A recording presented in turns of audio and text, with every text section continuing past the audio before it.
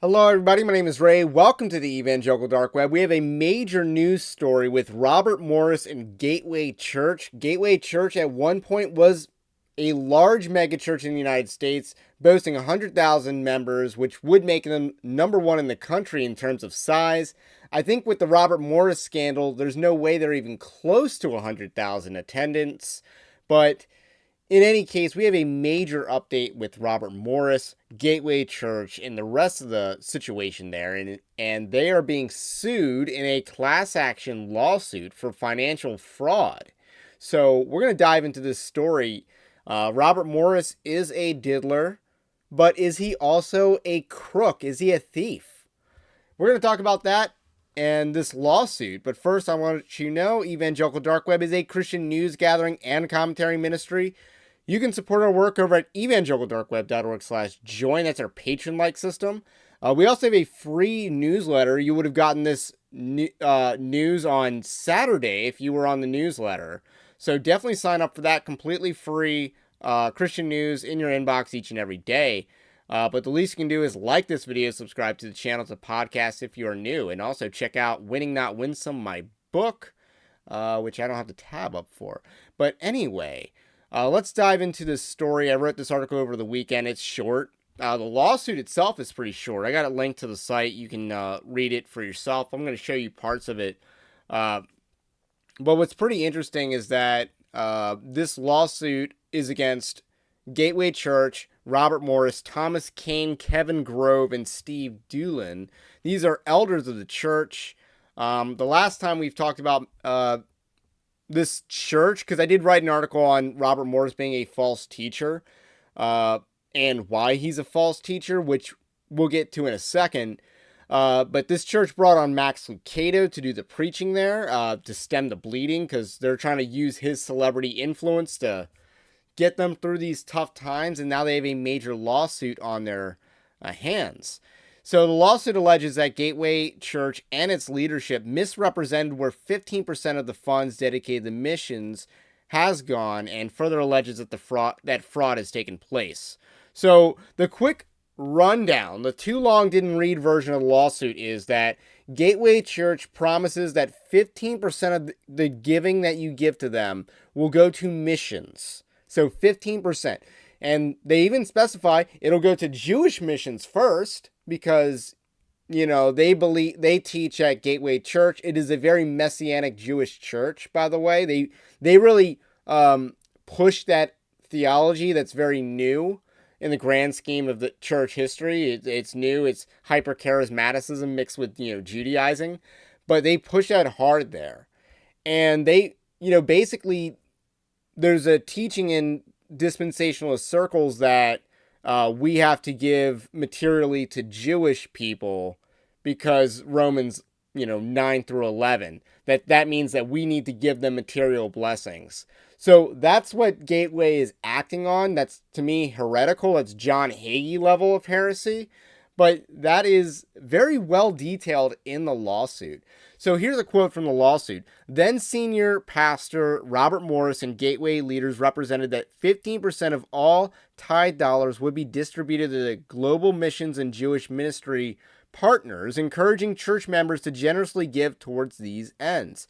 On the account of the facts set forth herein, plaintiffs allege that Gateway Church and its leaders engaged in misrepresentation, fraud, and breach of contract in their efforts to induce plaintiffs and other church members to donate money to Gateway. On information and belief, defendants did not use 15% of money donated for the intended purpose as represented by Robert Morris and Gateway leaders.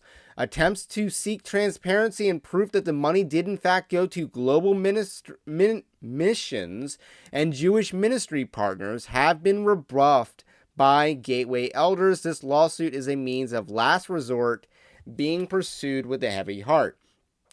So the longer story to this that I sum up is that the lawsuit alleges that as the years went by, there was an unspent balance of that 15% of givings, which exceeded $10 million, yet the church asserted that the money was spent.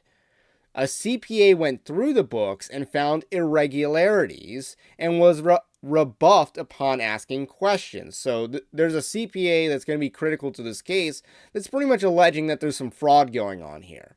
In our recent verdict on Robert Morris, we noted that Robert Morris was a tithing salesman rather than a prosperity preacher. So there is a little bit of nuance that I'm trying to apply here.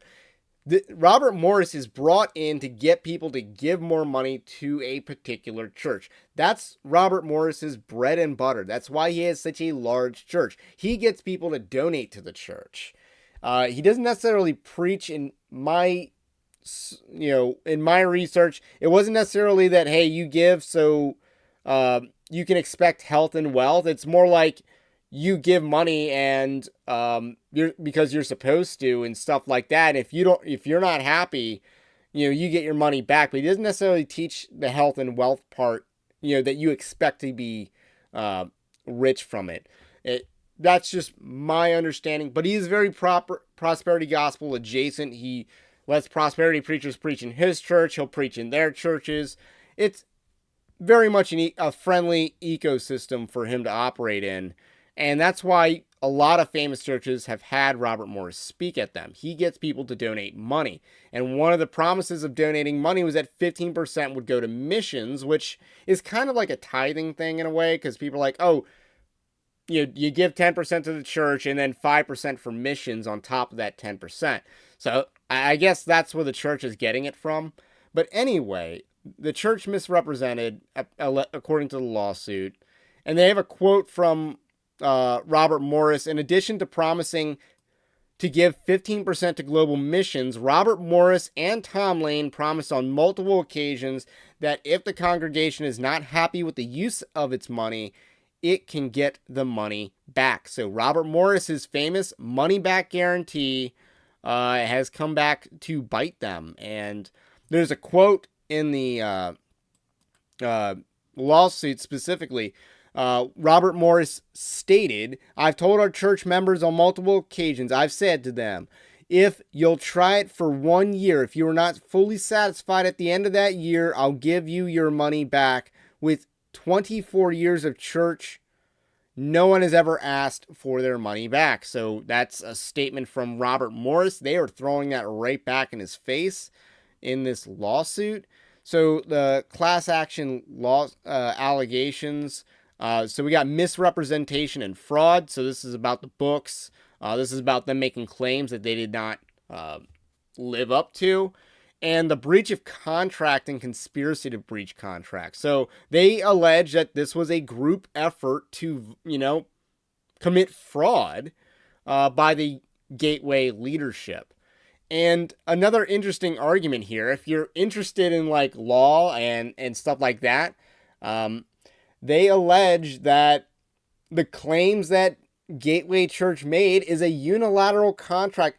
I don't think they say the term unilateral contract, but there is a type of contract called a unilateral contract in which they make a promise based on your behavior that you're not obliged to, you're not obligated to give them money, but they're making a promise that if you give them money, they will follow. They're entering into a unilateral contract, which the lawsuit alleges is enforceable, is valid and enforceable. So I think that's pretty funny that all these claims that Gateway Church makes about its money, its spending, is being thrown against them. So this will be a very interesting lawsuit to follow.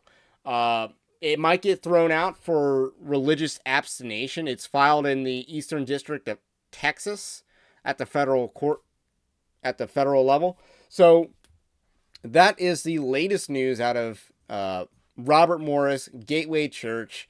He's a diddler, but is he also a crook? Is he a thief? Is he stealing from the church like Judas? And I have a video on Judas coming up soon. So you definitely want to subscribe if you are new. That's all I got to say for that. For now, my name is Ray, the Evangelical Dark Web. Have a blessed day. Stay based. Christ is King. And we will catch you on the next one.